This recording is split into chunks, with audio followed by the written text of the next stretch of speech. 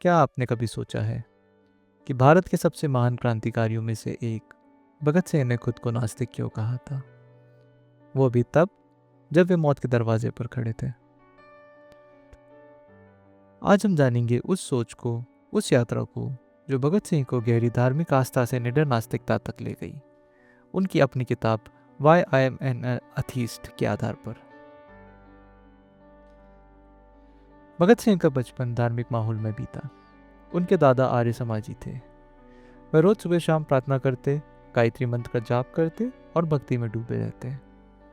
तब उनका ईश्वर पर गहरा विश्वास था। घर, स्कूल और परंपरा सबने यही सिखाया था। लेकिन जब वे नेशनल कॉलेज पहुंचे, असहयोग आंदोलन के दिनों में उनके सोचने का तरीका बदलने लगा। उन्होंने सवाल पूछना शुरू किए, धर्म के सिद्धांतों पर, आस्थाओं के ढांचों पर। फिर भी वे उस वक्त तक ईश्वर में विश्वास रखते थे। बस सवाल उठने लगा था कि क्या यही सच है? धीरे धीरे उन्होंने बाकुनिन की God with the state, Marxist, Lenin और नीलम स्वामी की कॉमन सेंस जैसी किताबें पढ़ी। इन सब ने उन्हें यह यकीन दिलाया कि मनुष्य का मार्गदर्शन तर्क और विज्ञान से होना चाहिए, न कि अंधविश्वास से। 1926 तक आते आते भगत सिंह ने लिखा, मैंने ईश्वर पर से अपना विश्वास पूरी तरह से खो दिया है। उन्होंने खुद को खुलेआम नास्तिक घोषित किया। हालांकि शुरुआत में उन्हें लगा कि लोग उन्हें घमंडी समझेंगे, लेकिन उनके लिए नास्तिकता का मतलब था भय से मुक्त होना, सत्य को आंखों में आंखें डालकर देखना और यह मानना कि मनुष्य ही अपना भाग्य का निर्माता है। जब वे जेल में थे और फांसी का दिन नजदीक आ रहा था, लोगों ने उनसे कहा, भगत सिंह प्रार्थना कर लो।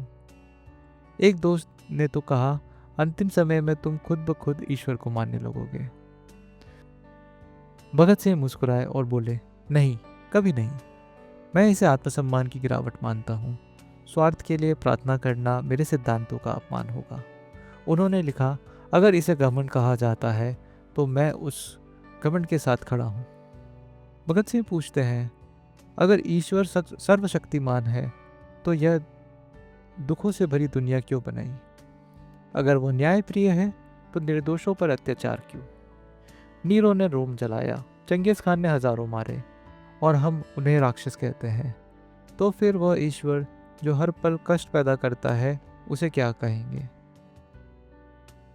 उनका तर्क साफ था। अंग्रेजों का राज ईश्वर की इच्छा से नहीं, बल्कि हमारी कायरता से है। अगर ईश्वर है तो वह नीरो और चंगेज खान दोनों से बड़ा अपराधी है। भगत सिंह कहते हैं, अगर ईश्वर नहीं है तो यह संसार कैसे बना? पढ़ो डार्विन को। संसार किसी आज्ञा से नहीं, विकास से बना है। जीवन किसी आकाशीय चमत्कार से नहीं, बल्कि गैसों, धूल और तत्वों के टकराहट से पैदा हुआ है। बच्चा अंधा या अपंग क्यों जन्मता है? इसका उत्तर जीव विज्ञान देता है, धर्म नहीं। लोग ईश्वर में विश्वास करते हैं क्योंकि वे डरते हैं, जैसे वे भूतों से डरते हैं। दोनों भय और अज्ञान से जन्मे हैं। धर्म शासकों का औजार बन गया है ताकि विद्रोह पाप बन जाए और अज्ञातकारिता पवित्रता। मेरे लिए ईश्वर कोई सृष्टिकर्ता नहीं है, बल्कि मनुष्य की कल्पना का परिणाम है। मनुष्य ने अपनी कमजोरी और डर से खुद ही एक साया गढ़ा, जिसे हम कहते हैं ईश्वर। पर अब मानवता को इस भ्रम से आगे बढ़ना होगा। जैसे हमने मूर्ति पूजा छोड़ी, वैसे ही मुक्ति की खोज में हमें खुद पर भरोसा करना सीखना होगा। मैं घमंडी नहीं, ना ही विरोध के लिए मैं विरोध करता हूँ। यह मेरा तरीका है, तर्क और साहस का।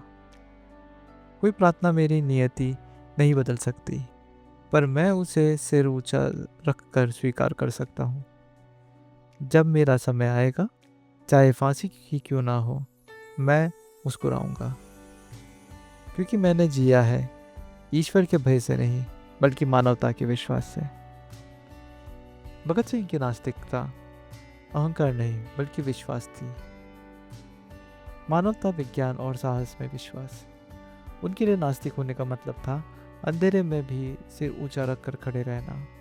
और इसलिए जब वे फांसी की ओर चले, उनके होठों पर प्रार्थना नहीं बल्कि मुस्कान थी, एक निडर मुस्कान जो कहती थी मनुष्य ही अपने भाग्य का निर्माता है। अगर भगत सिंह का यह विचार यात्रा आपको प्रेरित करे तो इस वीडियो को लाइक करें, दोस्तों के साथ साझा करें और ऐसी ही ऐतिहासिक विचार कहानियों के लिए सब्सक्राइब करें।